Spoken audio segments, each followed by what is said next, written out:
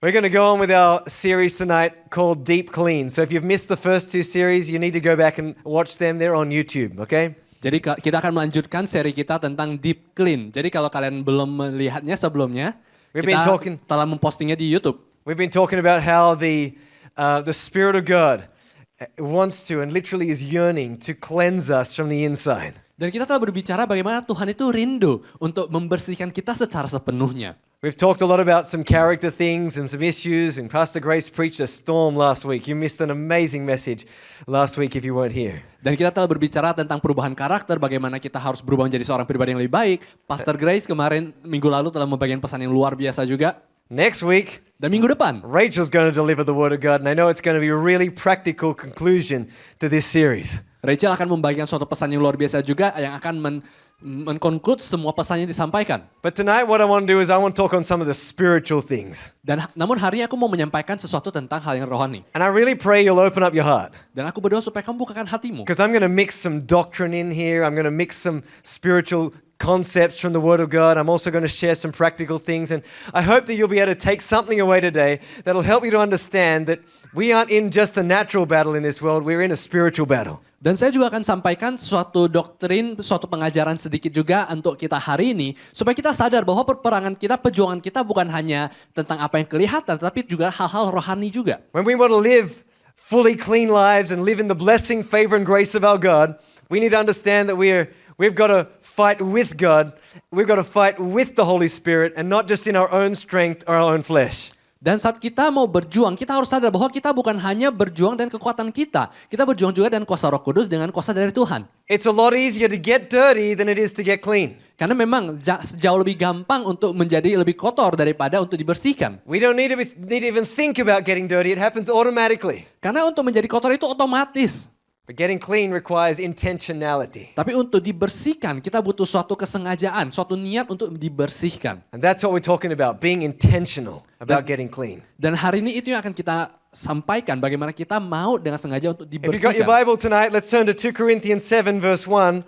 It says, therefore having these promises, that's all the promises of God, beloved, that's speaking to you and I, the church, let us cleanse ourselves from all filthiness of the flesh and spirit, perfecting holiness in the fear of God. God's heart truly is for us to be fully cleansed in spirit and in flesh. Flesh meaning the character, meaning the nature of who we are, but in spirit meaning that there's a spiritual element to our cleanliness. Dan kita akan menyampaikan bagaimana kita harus dibersihkan secara daging, yaitu secara jasmani kita juga, yaitu karakter kita, sifat kita, dan juga secara rohani, yaitu yang dari dalamnya kita. And it becomes really evident and clear when we start looking at some of the other words that Jesus spoke. Dan ini akan menjadi sangat jelas saat kita melihat apa firman yang disampaikan oleh Tuhan Yesus. More than 20 times in the scriptures, Jesus refers to unclean spirits.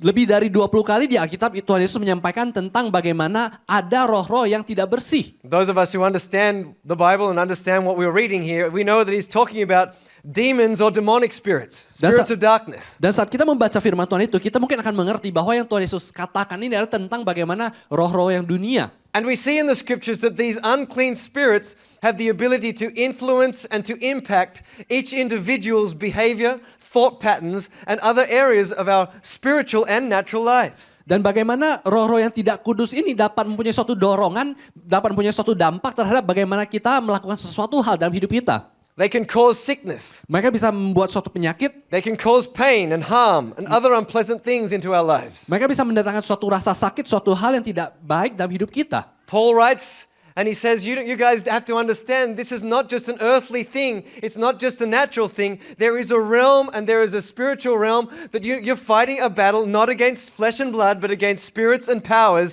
and principalities. Dan Paulus mengetahui hal ini dan dia menyampaikan bahwa yang kamu lawan ini bukan hanya secara darah daging, tetapi yang kamu lawan juga adalah roh-roh dan penghulu-penghulu udara. Living clean for God, hidup bersih dalam Tuhan, and a series on living clean for God would never be complete without talking about this topic. Dan seri ini tidak akan lengkap kalau kita tidak menyentuh topik tentang ini. Because Satan and the cohorts of darkness are on a mission and a purpose to twist and contort the way that we live. Karena iblis dan musuh-musuh kita itu berjuang untuk memutarbalikkan pola pikir kita yang benar.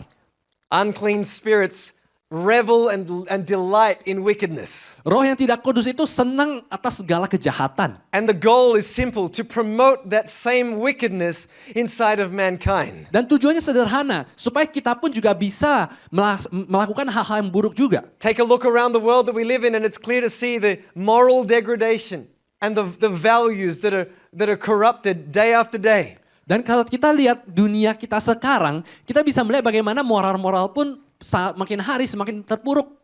Is that simply the choice of humans' desires and decisions, or is it spiritual darkness that is domineering and controlling with a particular purpose and mission? Apakah itu hanya secara karakter manusianya, atau juga ada dampak dari roh-roh yang tidak kudus itu yang berusaha memberi dampak yang tidak baik terhadap kita? To bring context to this in God terms, Untuk memberikan sedikit konteks, when we're filled with the Holy Spirit, saat kita dipenuhi dengan Roh Kudus, there are godly values and spiritual values and fruits of the Spirit that are promoted on the inside of us.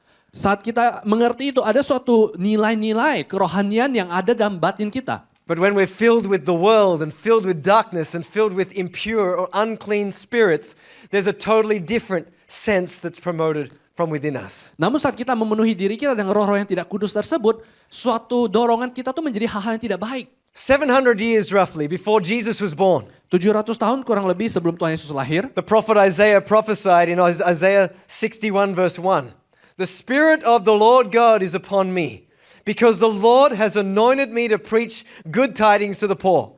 He has sent me to heal the brokenhearted, to proclaim liberty to the captives, and the opening of the prison to those who are bound." dan telah disampaikan oleh Nabi Yesaya bagaimana tuh seorang akan diutus, aku telah dipanggil untuk datang untuk membebaskan mereka yang terbelenggu, membebaskan mereka yang terpenjara, dan membebaskan hati yang terbelenggu. When Jesus came to earth, that's exactly the ministry he fulfilled. Dan saat Tuhan Yesus datang ke dunia ini, itulah pelayanan dia lakukan. He took people from places of bondage and sickness and hurting and hopelessness, and he took them to a far greater place. Tuhan Yesus tuh membawa orang-orang yang hidup dalam keterpurukan itu, membawa mereka pada suatu posisi yang jauh lebih baik. We don't just serve a God of miracles. Kita bukan hanya menyembah Tuhan yang penuh dengan mujizat, We serve a God of redemption. kita menyembah Tuhan yang memulihkan. A God who, in every respect of the word, he comes into our life, he makes our lives better. Yang bagaimanapun saat Tuhan Yesus datang ke kehidupan kita, dia membuat hidup kita lebih baik. I've never heard someone say to me, Jesus came into my life and my life got destroyed. Aku tidak pernah melihat bagaimana orang berkata, oh ya Tuhan Yesus datang hidupku, dan hidupku hancur sekarang. Because he's the God of life. Karena dia adalah Tuhan yang penuh dengan He's the kehidupan. God of grace. Dia Tuhan yang penuh dengan kasih karunia. He's the God of second chances. Dia Tuhan yang memberikan kesempatan He's kedua. the God of freedom. Dia adalah Tuhan yang The membebaskan. God of deliverance. Tuhan yang membebaskan kita. He's the God of opportunity and the God of open doors. Dia Tuhan yang memberikan kita kesempatan dan suatu jalan yang terbuka. Amen? Amin. And to those who are bound and those who are held, and even to those who are demon-possessed or oppressed, he sets the captives free. Dan bagi mereka yang terbelenggu, bagi mereka yang dipenuhi dengan iblis pun, Tuhan bisa membebaskan mereka. Don't you love that when you read the Gospels? Bukankah ini suatu kabar baik saat kita membaca Injil ini? That it is literally story after story of Jesus setting the captive free. Dan banyak sekali cerita demi cerita melihat bagaimana Tuhan Yesus membebaskan yang terbelenggu. That was his mission. It still is. Dan itulah misi dia sampai hari ini juga. In John 8:31, it says, Jesus said to those Jews who believed him, "If you abide in my word, you are my disciples indeed." How many of you believe Jesus tonight? Dan dikatakan di sini, kalau kamu mendengarkan firman-Ku, kamu adalah murid-Ku. Siapa yang percaya dengan Tuhan Yesus di sini? Come on, if Jesus says it to you, you believe it. Anyone? Kalau Tuhan Yesus sampaikan, kamu percaya, amin? He says, "You shall know the truth, Kamu akan mengetahui kebenarannya, and the truth shall make you free." dan kebenaran itu akan membebaskanmu. You get the intimation or the implication of this verse is that Jesus is pretty much saying, you're not free yet. But when you get the truth, or when I come into your life, when you experience this truth, then you're going to know the freedom. Dan Tuhan Yesus berkata, kamu akan dibebaskan. Kenapa? Karena kamu belum bebas. Tapi saat kamu mengenal kebenaran itu, maka kebenaran itu akan membebaskanmu. This is not just a factual statement. This is a statement of need. Ini bukan suatu hanya kebenaran saja, bukan suatu pernyataan. Tapi ini ada suatu statement yang mengatakan bahwa kita membutuhkan itu. Jesus is saying you need truth. Tuhan berkata bahwa kita butuh kebenaran itu. You need me. Tuhan berkata kamu butuh Tuhan. How many of us realize tonight we need Jesus? Berapa dari kita sadar bahwa kita butuh Tuhan Yesus? Sometimes we think, oh, Jesus needs me. I need to be here. I need to do all the things of the church. The church won't run without me. It's like, it's all about me. But actually, we need God, not God need us. Banyak sekali kita berkata, ini kalau gereja tidak bisa jalan nih kalau nggak ada aku. Gereja ini butuh aku untuk melayani. Salah, kebenarannya adalah kita yang butuh Tuhan. But the thing that strikes me perhaps the most about this scripture is that it says in verse 31, Jesus said to those Jews who believed him, okay? He's not talking to anybody in a crowd. He's not talking to the average Joe Blow. He is talking to the people who believe him. Dan di sini kita melihat di ayat 31, Tuhan Yesus itu berbicara pada orang yang percaya kepadanya. He tells them if you find the truth or experience the truth, know the truth, you'll be free. Dan disampaikan sini bahwa kalau kamu telah mengalami kebenaran itu akan membebaskanmu. And then this is their response. Dan inilah respon mereka. Verse 33. Ayat 33. They answered him, we are Abraham's descendants and have never been in bondage to anyone. How can you say you will be made free?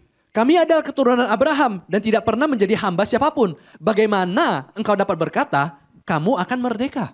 The problem for so many people in this generation, banyak sekali masalahnya untuk generasi sekarang ini, just like these people in the Word of God, responnya seperti orang ini yang di Alkitab ini. is that we're not willing to acknowledge that what Jesus says about us is actually true. Mereka tidak mau menerima bahwa apa yang dikatakan Tuhan itu benar. We're not vulnerable enough. Mereka We're tidak not cukup rendah open hati, enough mereka juga tidak cukup terbuka to acknowledge or realize our need for the truth and for freedom. untuk menyadari kebutuhan kita akan Tuhan. Now what I'm really trying to say here is that people, us, you and me, Christians and unbelievers alike, walk through life bound but not even fully realizing that they're bound. Kebenarannya tuh banyak sekali orang-orang yang menjalani hidup ini sebenarnya terbelenggu, tapi mereka tidak sadar mereka itu terikat. These people are literally blind as a bat to their own situation. Dan orang-orang ini mereka tuh buta akan situasi mereka. I mean, Jesus, the Son of God, the one who knows no sin, the one who knows nothing wrong,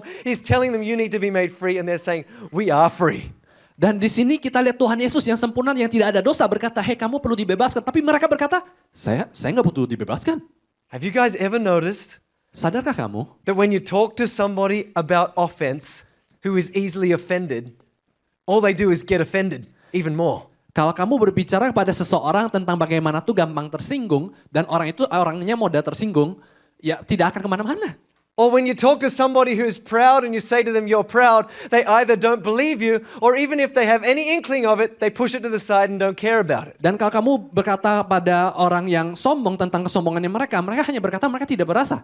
You talk to somebody who's insecure, Kamu berkata kepada seseorang yang merasa istilahnya rendah diri, and there's really two ways it can go, right? dan itu kemungkinannya hanya dua hal. If you say something that's not in their favor, they feel even more insecure. Kalau kamu berbicara tentang sesuatu yang melawan mereka makin rasa tidak percaya diri lagi. Or if you try to encourage them, they say, oh, but I don't believe you. Tapi saat kamu menyemangati dia berkata aku tidak percaya. It's like the blind just cannot see. Itu rasanya seperti orang buta yang benar-benar tidak bisa lihat. The bound will always be bound until they activate what Jesus talked about here and they wake up to the truth. Orang yang terbelenggu akan terus terbelenggu sampai mereka sadar. We've got to wake up Kita to perlu the truth. bangun dan sadari kebenaran. It's far more valuable for us as Christians to venture out into the light of God rather than remaining in a place where we're comfortable and bound. Itu jauh lebih baik bagi kita untuk datang ke dalam terang itu supaya kita dibebaskan daripada tinggal dalam keterikatan. There's a woman that we know, Ada seorang wanita yang kita tahu, and this woman is almost 100% deaf. orang ini tuli. But Hampir here's the 100%. irony of her story, her testimony. Tapi masalahnya adalah ini. She experienced many years ago a miracle from God. Dia mengalami suatu mujizat beberapa tahun lalu. And she was totally, completely healed of her deafness. Dan dia tuh sebenarnya dibukakan telinganya dan dia tidak tuli lagi. But when she began to hear for the first time, Tapi saat dia mulai mendengarkan suara yang banyak itu, she was so disturbed by the sounds and by all the things that she'd never heard before that she turned back to God and she said, God, please make me deaf again. dia berasa ini semua terlalu bising dan dia berkata, Tuhan biarlah saya tetap tuli saja. You know, a lot of us do exactly that in our Christian walk. Dan sayangnya banyak orang Kristen memilih untuk jalan seperti itu. We say, God, make me free. Kita berkata, Tuhan bebaskan aku. But when we step into that freedom and we begin to walk it, it's different to our comfort zone. It's different to what we used to. Tapi saat kita masuk ke dalam kebenaran itu, kita mulai merasa ini bukan hal yang nyaman buatku, aku tidak nyaman. So we run straight back to our hiding place. Dan kita kembali lagi ke zona nyaman kita, ke tempat persembunyian kita. In John 1:5 it says the light shines in the darkness and the darkness did not comprehend it. There's no similarity between darkness and light. Di Yohanes 1 ayat 5 berkata terang itu bercahaya di dalam kegelapan dan kegelapan itu tidak menguasainya. Dan itu tidak ada kesamaan dalam terang dengan gelap, tidak ada yang mirip-miripnya. If we want to live in the cleanness of Christ, in the freedom of Christ, we've got to be prepared to let go of the old to become the new. Kalau kita mau tinggal dalam kebebasan yang diberikan Kristus, kita harus meninggalkan yang lama dan menerima yang baru. He says in Luke 1:78, Dan di dalam Lukas 1:78, through the tender mercy of our God, with which the day spring from on high, that's Jesus, one of Jesus' names, day spring from on high, has visited us, to give light to those who sit in darkness and the shadow of death, to guide our feet into the way of peace. dan dikatakan oleh rahmat dan belas kasihan dari Allah kita, dengan mana ia akan melawat kita, surya pagi dari tempat yang tinggi, yaitu yang berarti Tuhan Yesus, untuk menyinari mereka yang diam dalam kegelapan dan dalam naungan maut untuk mengarahkan kaki kita kepada jalan damai sejahtera. How many of us tonight would say, God, guide me in the way of peace? Berapa banyak dari kita rindu berkata, How Tuhan many? tuntunlah aku dalam jalan Guide kebenaran me dan in damai. your paths of light. Siapa yang mau? Guide me in your direction. Tuntun aku di dalam arahanmu. Well, open up your heart. Bukalah hatimu. Because Jesus is more willing to set us free than we are to be free. Karena Tuhan Yesus tuh lebih mau lagi untuk membebaskan kita dibanding kerinduan kita untuk dibebaskan. John 8:36 says, if the Son sets us free, you shall be free indeed. Apabila anak itu memerdekakan kamu, kamu pun benar-benar merdeka. So there are two things we need. Jadi ada dua hal yang kita butuhkan. Jesus Yesus and truth. dan kebenaran. Say it out loud with me. Jesus Yesus and truth. dan kebenaran. Being clean, being free really hinges on just two of those. Jadi untuk dibebaskan ya kita hanya perlu bersandar pada dua hal itu. Jesus, Tuhan Yesus truth. dan kebenaran. When we get Jesus and we get truth, Saat kita memiliki Tuhan Yesus dan memiliki kebenaran, we get every ingredient we need to be free. kita mempunyai semua materi yang kita butuhkan untuk dibebaskan. If you want to make a cake, you get flour and eggs and water and all the other bits and pieces. You got the ingredients, right? The ingredients for freedom are Jesus and truth. Kalau kamu membuat suatu kue, kamu butuh bahan-bahannya bukan? Jadi bahan yang kita butuhkan untuk merdeka adalah Yesus dan kebenaran. You remember that demoniac man that was on the side of the Gadarenes?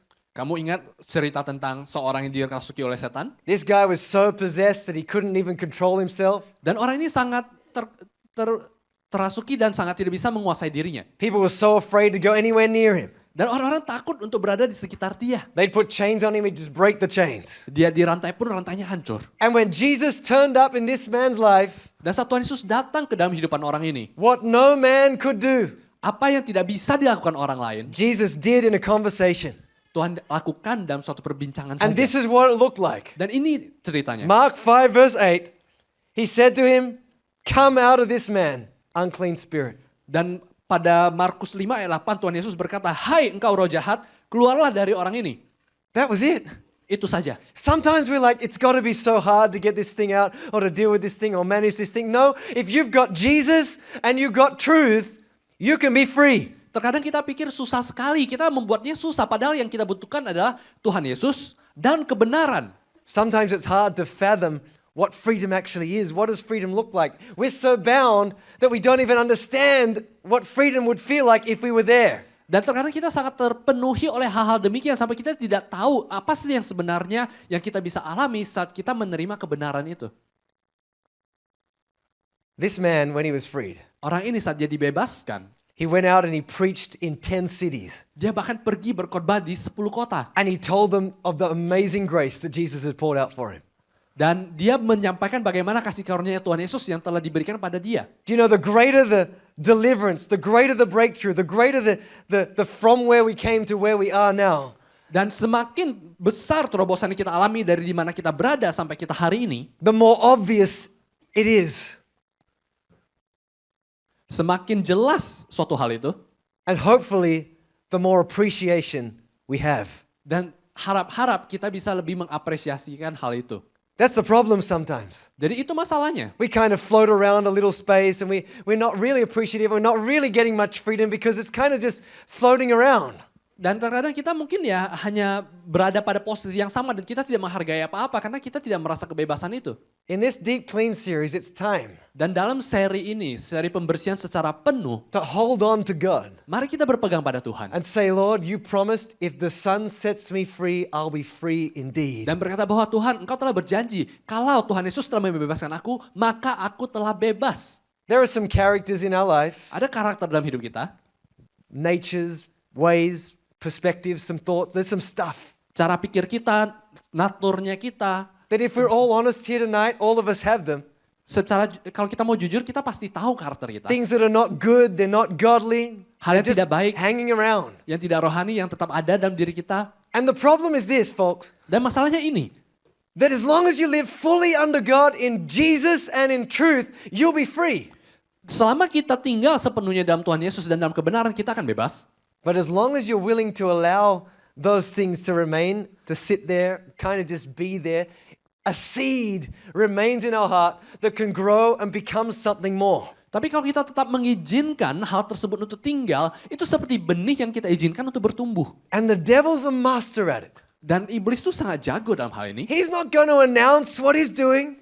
Iblis itu tidak akan berkata, memproklamirkan, hey aku lakukan ini. He's not going to pour out all his strategies. Dia tidak akan kasih tahu kamu semua strateginya. He's just going to take the seed that's sitting there, whether it's a seed of anger or lust or greed or guilt or shame or anything. Dia hanya akan mengambil benih itu, benih kemarahan, benih rasa malu, benih rasa bersalah, benih apapun itu yang dia taburkan saja dalam hatimu. And he's going to keep fertilizing it. Dan dia akan memberikan pupuk akan benih itu. That's why an angry man today that doesn't deal with their anger is a doubly or triply angry man tomorrow. Karena orang yang gampang marah, kalau dia tidak pernah mencoba untuk mengatasinya, hari ini dia akan menjadi orang yang lebih gampang marah lagi. Because the enemy doesn't know how to make good things good or bad things good. He knows how to make anything bad. Karena musuh kita tuh dia tidak tahu bagaimana untuk membuat hal baik dari hal baik atau membuat hal baik dari hal yang salah. Dia cuma tahu bagaimana merusak sesuatu dan bikin semua itu kacau. We need to say, God, Kita harus berkata pada Tuhan, set me free. bebaskan aku. I thank God for the spirit that moves in this church. Anyone thankful for that? Aku bersyukur atas bagaimana roh Tuhan mau bekerja di gereja I've ini. talked to so many people over the years about what it feels like after you've been in the presence of God and something just happened. Like you experience a deliverance of some form in the Dan presence of God. Aku sering berbicara pada mereka yang mengalami hadirat Tuhan dan bagaimana apa rasanya itu. You know what people say? Tahu nggak apa yang I mereka feel lakukan? lighter. Mereka berasa aku merasa ringan. I feel like something lifted. Aku berasa ada beban yang I terangkat. feel like there was a burden that was there that's gone. Beban yang sebelumnya ada rasanya sekarang udah gak ada. It comes in so many shapes and forms, but I tell you, everything is positive. Aku lihat banyak sekali komen mereka yang berbeda-beda tapi semuanya itu positif. Because that's the God we serve. Karena itulah Tuhan yang kita sembah. He loves to clean us Dia from the senang inside out. untuk membersihkan kita luar dalam. Here are 4 things, write them down tonight, Ada 4 hal yang aku mau kamu catat. that we need to do to be free and to live free from demonic oppression. Yang supaya kamu bisa lakukan untuk dibebaskan dari segala belenggu roh yang tidak kudus ini. This is coming fast, okay? So if you want to take pictures, take pictures. Jadi aku akan lakukan ini dengan cepat. Jadi kalau kamu mau ambil foto lah. 4 things 4 hal to live free. yang untuk dibebaskan. Number 1, Yang pertama, put up the armor of God and stand against wickedness. kenakan baju jirah dari Tuhan dan berdiri menghadap kejahatan. Ephesians 6:10, be strong in the Lord and in the strength of his might, put on the whole armor of God that you may be able to stand against the schemes of the devil. Hendaklah kamu kuat di dalam Tuhan dan di dalam kekuatan kuasanya. Kenakan seluruh perlengkapan dan senjata Allah, supaya kamu dapat bertahan melawan tipu muslihan iblis. Whose responsibility is that? Tanggung jawab siapa? Ours. Tanggung Good. jawab kita. Someone said it. Well done. Aku Number mendengar siapa 2, yang mengatakannya. Yang kedua, submit fully to God and resist evil. taat sepenuhnya kepada Tuhan dan lawan iblis. James 4:7. Yakobus 4 ayat 7. So place yourselves under God's authority. Resist the devil and he will run away from you. Dan tunduklah kepada Allah dan lawanlah iblis, maka ia akan lari daripadamu. Whose responsibility is that? Tanggung jawab siapa? Ours. Good. Kita You're on lagi. the ball. Well done. Number 3, Yang ketiga, Be careful and watchful for the wiles, which is the strategies of the devil, of evil. Berhati-hatilah akan tipu muslihat iblis. 1 Peter 3:8. 1 Petrus 1 Peter 5 5:8. ayat 8. Be sober, well balanced and self-disciplined. Be alert and cautious at all times. That enemy of yours, the devil, prowls around like a roaring lion, fiercely hungry, seeking someone to devour. Whose responsibility is that? Sadar dan Ouch. berjaga-jagalah, lawan musuh iblis berjalan keliling seperti singa yang mengaum-ngaum dan mencari orang yang dapat ditelannya. Tanggung jawab siapa? Tanggung jawab kita. Number 4. Yang keempat, Don't allow evil any opportunity to work. jangan biarkan iblis mempunyai kesempatan untuk bekerja. Ephesians 4:27. Don't give the devil any opportunity to work. Jangan beri kesempatan kepada iblis. And once again, Sekali lagi, whose responsibility is that? tanggung jawab siapa? Ours. Kita lagi. You know how many times people put all the blame on the devil? Oh, my life's such a ruin. My life's a problem. I go through all this because the devil, Don't give the devil credit. Dan seringkali kita berkata, aduh hidupku susah banget. Ah, ini semua karena si iblis ini. Jangan semuanya biarkan iblis yang berkata-kata. He only can do what we allow him to do. Karena dia cuma bisa lakukan apa yang kita izinkan. But God's given us all the tools we need Tapi Tuhan telah berikan segala alat yang kita butuhkan to live fully free in Jesus. untuk hidup bebas dalam Yesus. Amen? Amin. Everywhere we read about this in the New Testament, everywhere. Dimanapun kamu baca dalam kitab perjanjian baru, The ball is in our court, the responsibility on our shoulders. We've got to make sure the devil has no place in our life. dan kita bisa lihat bahwa kita tuh bertanggung jawab untuk memastikan iblis itu tidak ada kuasanya atas hidup kita. Say it out loud, no place. Katakan tidak ada kuasanya dalam hidup kita. Here's what happens. Here's a picture of how it happens, okay? Dan bagaimana itu akan terjadi? Oftentimes, the children of God live in bondage because of a lack of knowledge about how to deal with or what they should be doing and what they shouldn't be doing. Karena banyak sekali tuh orang anak-anak Tuhan tuh tidak mengerti apa yang harus mereka lakukan dan apa yang mereka tidak seharusnya lakukan. So we allow certain things into our life and into our mind and into our influence spheres. Dan kita izinkan suatu hal yang terjadi untuk memenuhi hidup kita. And the things we bring in may seem harmless, but they ultimately take control. Dan hal-hal yang kita izinkan yang kesannya tuh tidak masalah, pelan-pelan itu mulai menguasai kita. We don't want to let God deal with the things that we don't want God to deal with, so we push them under the curtain, we kind of keep them to ourselves, and ultimately they grow into strong-rooted strongholds in our lives. Dan kita tuh kayak mau menyampingkan hal-hal yang kita tidak mau Tuhan atasi. Kita izinkan itu tetap ada, tersembunyi, dan akhirnya itu menjadi suatu hal yang mengikat kita. And we begin to develop wrong attitudes, Dan kita mulai ada suatu sikap yang salah. like this one. Kayak ini. In James 3:14, it says, if you have bitter envy and self-seeking in your hearts, they're two things that are not good, right? Amen?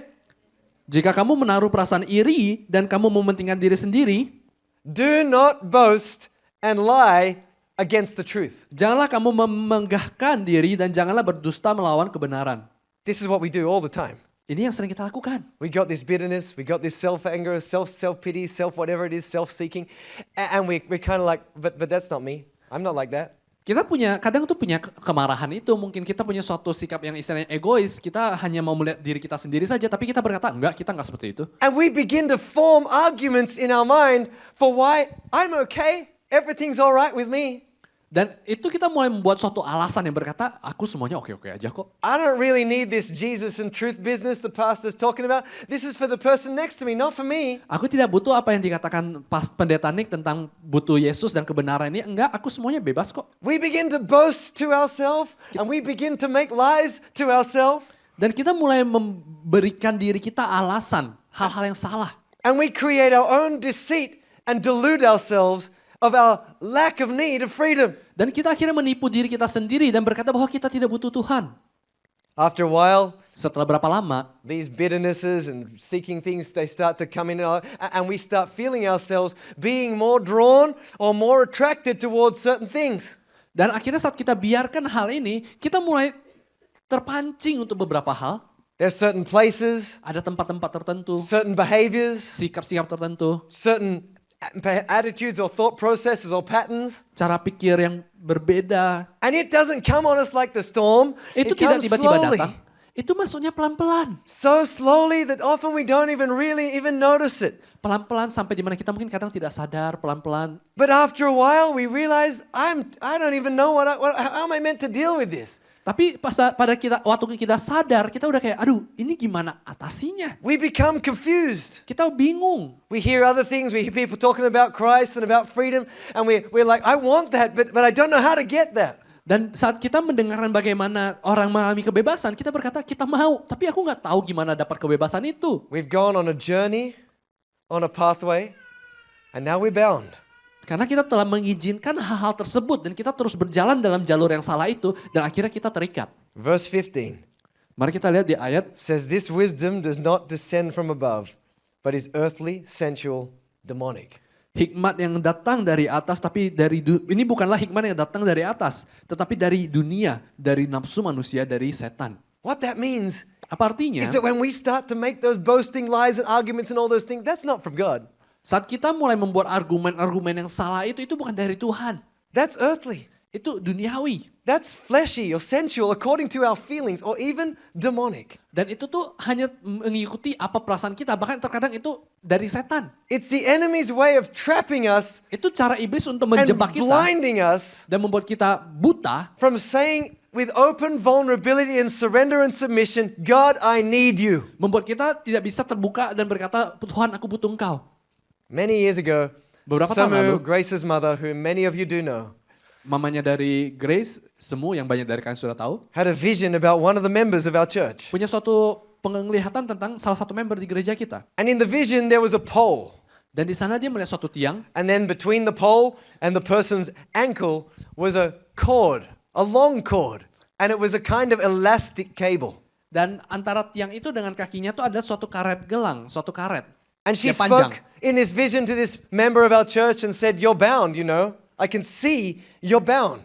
Dan dia berkata pada orang ini, aku bisa lihat kamu tuh terikat. And this member said to her in the vision, no, I'm not. I'm fine.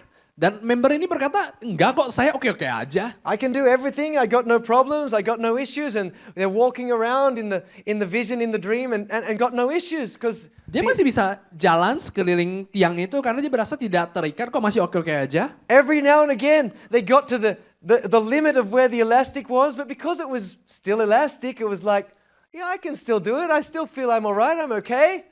Dan saat dia mungkin agak jauh dari tiang itu, dia masih berasa oke-oke aja meskipun agak tegang talinya, karena itu kan kayak karet gitu. Tapi dia masih berasa, saya merasa masih bebas kok, saya nggak berasa terikat. You see how deceptive the evil can be? Lihatlah bagaimana kamu bisa ditipu oleh iblis. She said to this member of our church, she said, look, whether you believe it or whether you don't, you've got to know one thing, you are bound. Dan semua berkata, kamu mau percaya atau tidak masalah, tapi kebenarannya adalah kamu terikat. And you might be able to do what you're doing today and manage what you're doing today, but when God calls you to do something bigger that's beyond where you're at, you won't be able to do it. Dan mungkin kamu masih bisa melakukan apa yang kamu bisa lakukan sekarang. Tapi saat Tuhan mau manggil kamu untuk suatu hal yang lebih besar lagi, kamu tidak bisa karena kamu terikat. God wants us totally free. Tuhan mau kamu sepenuhnya bebas. Amen? Amin. The Proverbs tells us that a bird hastens to the snare. Di Amsal berkata bahwa seperti burung yang dengan cepat menuju perangkap. Put a trap in front of a bird, it's gonna go, okay? Taruh suatu jebakan depan burung, mungkin dia nggak sadar, masuk aja. If we're not alert, Kalau kita tidak sadar, that's what the enemy's doing to us, laying traps and snares and we're just walking straight into them. kita seperti burung itu, kita ditaruh jebakan depan kita jalan masuk aja. He says in Joshua 23:11, pay attention, yeah? Therefore, take careful heed to yourselves that you love the Lord your God. That's the root of freedom. Maka demi nyawamu, bertekunlah mengasihi Tuhan Allahmu. Inilah akar suatu kebebasan. Or else, Sebab if jika indeed you tidak, do go back and cling, that's a powerful word, cling to the remnant of these nations, these that remain among you, and make marriages with them, that's important, and go into them and they into you, know for certain that the Lord your God will no longer drive out these nations from before you. They shall be snares and traps to you, scourges on your sides and thorns in your eyes, until you perish from this good land which the Lord God has given you. Sebab jika kamu berbalik dan berpaut kepada sisa-sisa bangsa itu dan masih tinggal di antara kamu, maka ketahuilah dengan sesungguhnya bahwa Tuhan Allahmu tidak akan menghalau lagi bangsa-bangsa itu dari depanmu. Tapi mereka akan menjadi perangkap dan jerat bagimu, menjadi cambuk pada lambungmu dan duri di matamu, sampai kamu binasa dari tanah yang baik ini. I know that verse is talking about literal people, Dan memang pada waktu itu Tuhan berkata tentang manusia. but the concept remains equivalent. Tapi konsepnya ini, ceritanya ini sama. When we're willing to make marriage or communion or connection Saat kita mau membuat suatu hubungan with the things that are not from God, dengan hal-hal yang bukan dari Tuhan, and we allow those things from God dan kita mengizinkan hal-hal dari Tuhan to be the things that we go into and they go into us, dan saat kita mengizinkan hal-hal itu masuk ke dalam hidup kita, they become the snares and the traps that can destroy us. itu tuh bisa menjadi jerat bagi kita. Look at the 4 things that happen Lihat 4 when that hal happens. yang terjadi. This is from verse 13. Number 1, our lives are tainted and polluted by ungodliness. We see it every day. Dan hidup kita mulai ternodai. If you will choose to hang around the ungodly, Kalau kamu mau dipenuhi dengan kehidupan yang tidak rohani, feed yourself ungodly things, memasuki dirimu dengan hal-hal yang tidak rohani, it won't be long and there will be an ungodly root. tidak lama itu akan tumbuh suatu akar yang tidak rohani. The second thing Hal yang kedua, is that the evil that we allow to be intertwined into our hearts kejahatan yang kita izinkan dalam hati kita becomes our snare and our trap. menjadi jerat kita. No one would walk into a trap or a snare if it looked like a trap and a snare. Tidak ada orang yang mau masuk ke dalam perangkap kalau perangkap itu kelihatan seperti perangkap. What it usually looks like is pleasure.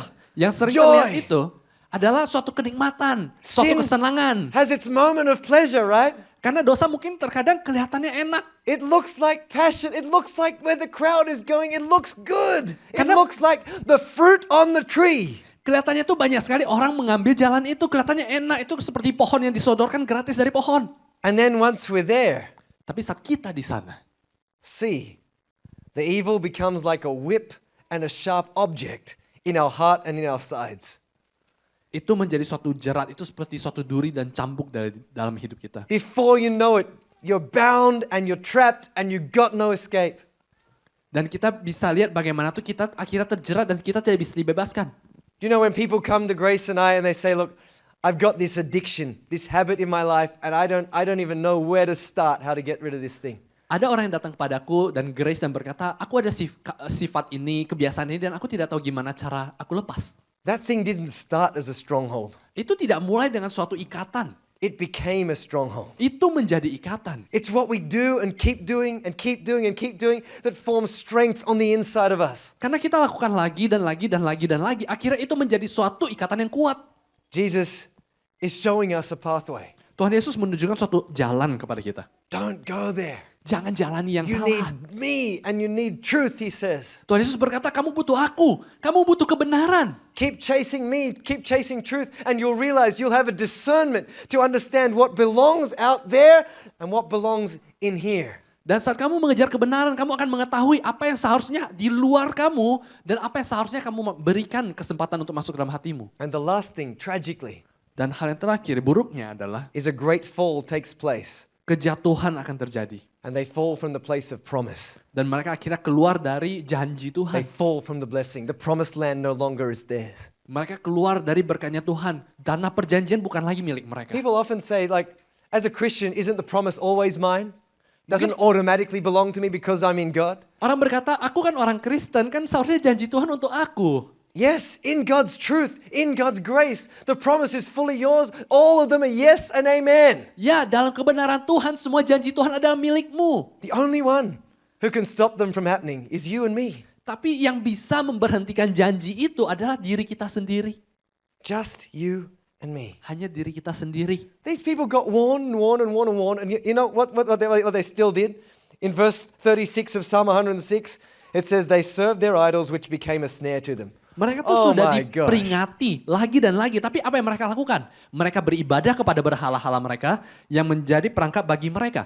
The warning's there, Telah diberikan peringatan. but we do it anyway. Tapi masih tetap lakukan saja. I don't know about you, but that's what I call foolishness. Dan bagi aku inilah kebodohan. It's foolishness. Ini adalah suatu kebodohan In this world, dalam dunia ini.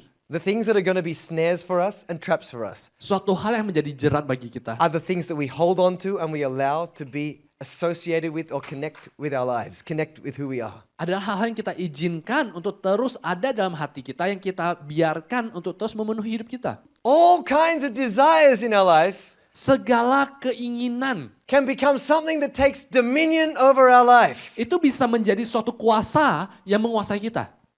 Even money. Bahkan uang. 1 Timothy 6:9 says, those who desire to be rich fall into temptation and a snare, there's that word again, and into many foolish and harmful lusts which drown men in destruction and perdition. Tetapi mereka yang ingin kaya terjatuh ke dalam pencobaan, ke dalam jerat, dan ke dalam berbagai-bagai nafsu yang hampa dan yang mencelakakan, yang menenggelamkan manusia ke dalam keruntuhan dan kebinasaan. There's nothing wrong with money itself, Uangnya sendiri itu tidak salah, but the love of money tapi cinta akan uang is a snare, it's a trap, it's an authority and a dominion that we can submit underneath. adalah suatu jerat yang dimana tuh kita bisa ditekan dan kita bisa dikuasai. And this is what the devil's looking for. Dan inilah yang dicari iblis. If I can take hold of anything in this life that you will give authority to that's not God, Yang kalau aku bisa godain kamu dengan hal apapun saja supaya kamu tidak berpegang pada Tuhan, then instead of you getting into a deep clean, you're going to go on a deep dive. jadi dibanding kamu akhirnya deep clean, dibersihkan secara penuh, kamu malah terjun bebas.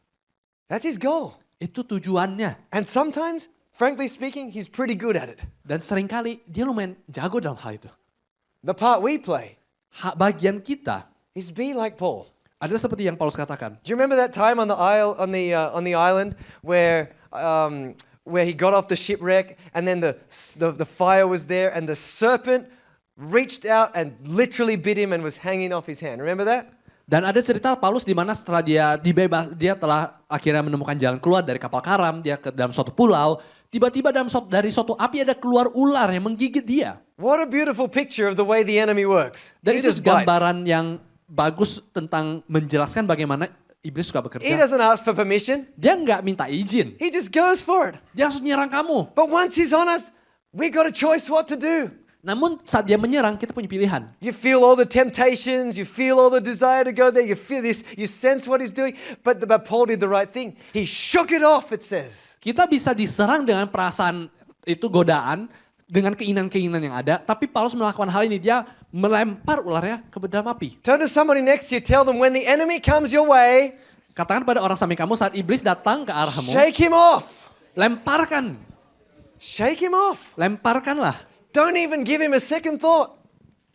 Jangan berikan dia kesempatan kedua. Don't give him a second longer than he deserves. He doesn't deserve anything, by the way. Jangan berikan dia kesempatan untuk berkata-kata kepadamu. Shake him off. Buanglah. There's some stuff that's meant to live outside of our world, not inside of our world. Shake it off. Karena ada hal-hal yang harus tinggal di luar hidup kita, bukan di dalam hidup kita. Lemparkan keluar. This is what living clean looks like. Dan inilah bagaimana kita hidup bebas. You know, you get dirty and dusty, what do? You shake it off. Kalau kamu penuh dengan istilah debu-debu, apa yang kamu lakukan? Kamu akan, If you want to live clean for God, there's going to be any number of reasons for why the dirt will come. Shake it off. kalau kamu mau hidup dengan Tuhan, tapi ada alasan apapun itu yang membuat tiba-tiba berdebu, ya tebarkan debunya, pergi jauh-jauh. There are words that don't belong in you. Ada kata-kata yang tidak seharusnya dalam mulutmu. Replace them. Shake them off. Ganti dengan yang lain. There are thoughts that don't belong in you. Ada Shake them pikiran off. yang tidak seharusnya dalam pikiranmu. There are things you're probably saying in your mind, but I thought that was godly. Read your Bible. Get a new way of thinking and shake it off. Kalau ada pikiran yang tidak sesuai dengan apa yang Tuhan mau, bacalah kitab biar kamu bisa dipenuhi dengan hal yang tepat. Whatever the enemy can take control or dominion of, he will. Apapun yang iblis bisa kuasai, dia mau mencoba I had kuasai. one time years ago where I was able to sit down with a spiritual leader of mine and really talk through some of the issues deep within me. Dan ada suatu kesempatan di mana aku berbicara dengan pemimpin rohaniku. And I walked away from that conversation, which was more than just a conversation. It was really a prayer of life-changing and transformation. Dan ini bukan hanya sekedar perbincangan, tapi ini ada suatu doa, suatu perbincangan yang membuat suatu perubahan bagiku. And I felt so free. Dan aku rasa sangat bebas. And I sat down the following day, I think it was, maybe it was 2 days later. I sat down at a table at a restaurant with another pastor. And I began to tell this pastor who was older and very experienced my story of being set free. Dan akhirnya dalam kesempatan lain aku punya kesempatan untuk makan bersama dengan suatu pendeta yang lebih tua.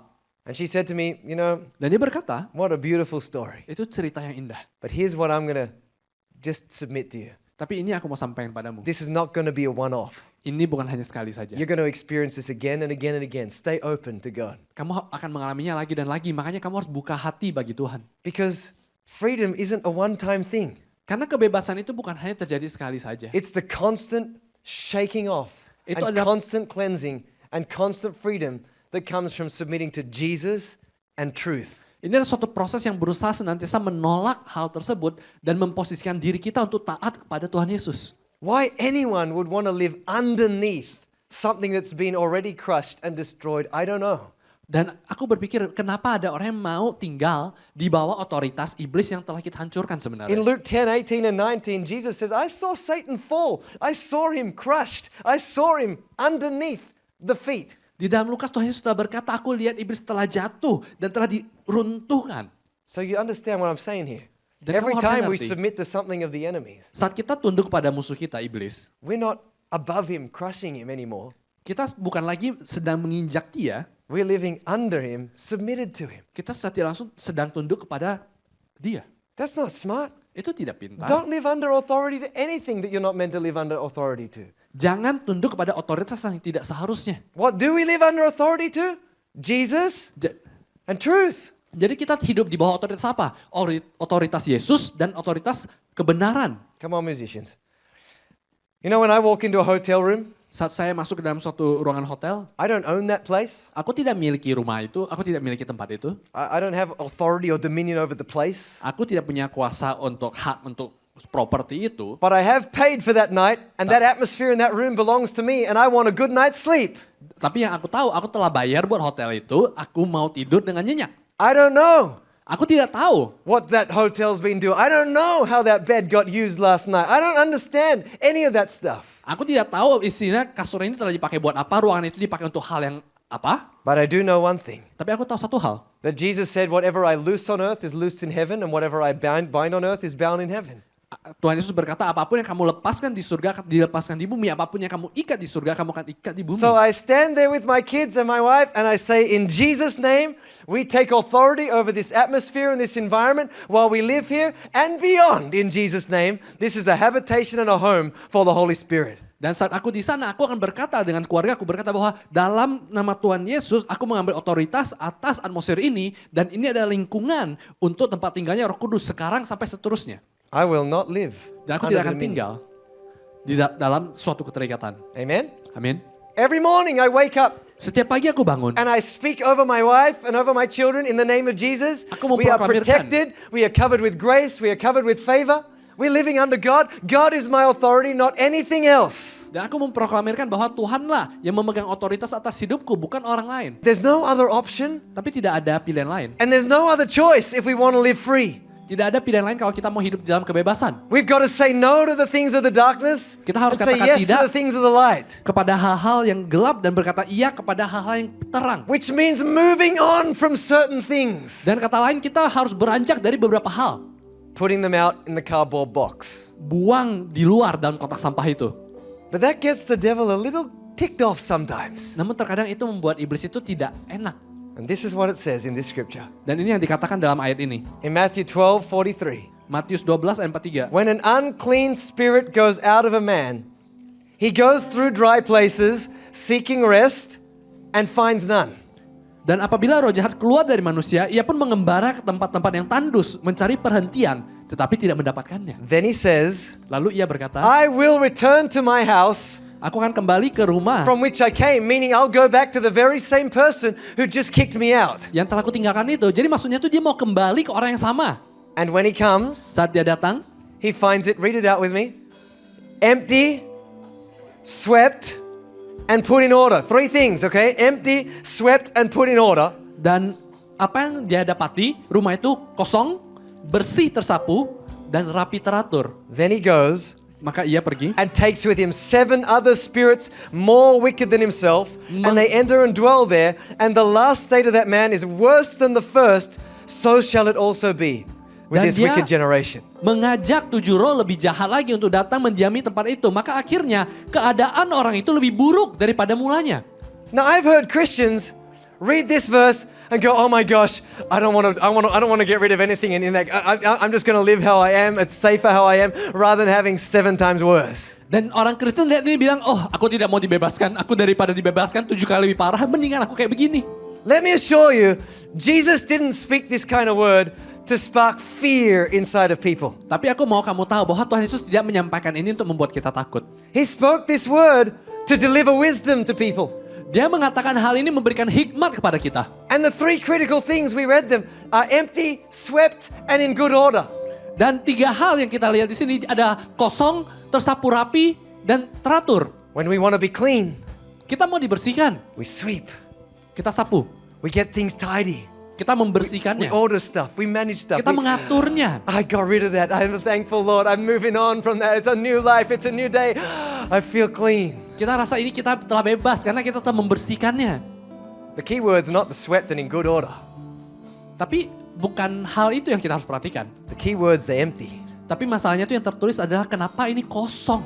If we get rid of and we don't refill, Kalau kita telah meninggalkan itu dan tidak mengisinya, there's still space. ada suatu kekosongan.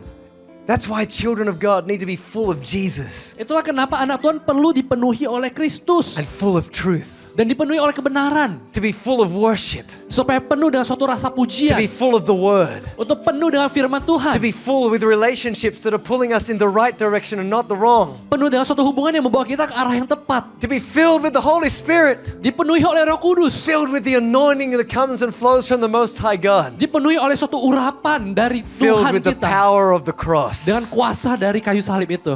The Psalms tells us, Di Mazmur you dikatakan, prepare a table before me in the presence of my enemies. My cup is full and it runs over. Engkau mempersiapkan hidangan di hadapan lawan-lawanku. Engkau mengisi pialaku penuh melimpah. When our cup is full in God, Saat piala kita dipenuhi oleh Tuhan, the devil ain't got no space, folks. iblis tidak ada tempat lagi. He can't find no home. Dia tidak menemukan rumah bagi dia lagi. He can't twist and turn and contort and destroy. Dia tidak bisa membuat kekacauan lagi di tempat itu. And when we're full in God, Dan saat kita penuh dengan full in Tuhan, Jesus and full in truth, penuh dengan Yesus dan penuh dengan kebenaran, shaking off that snake is real easy.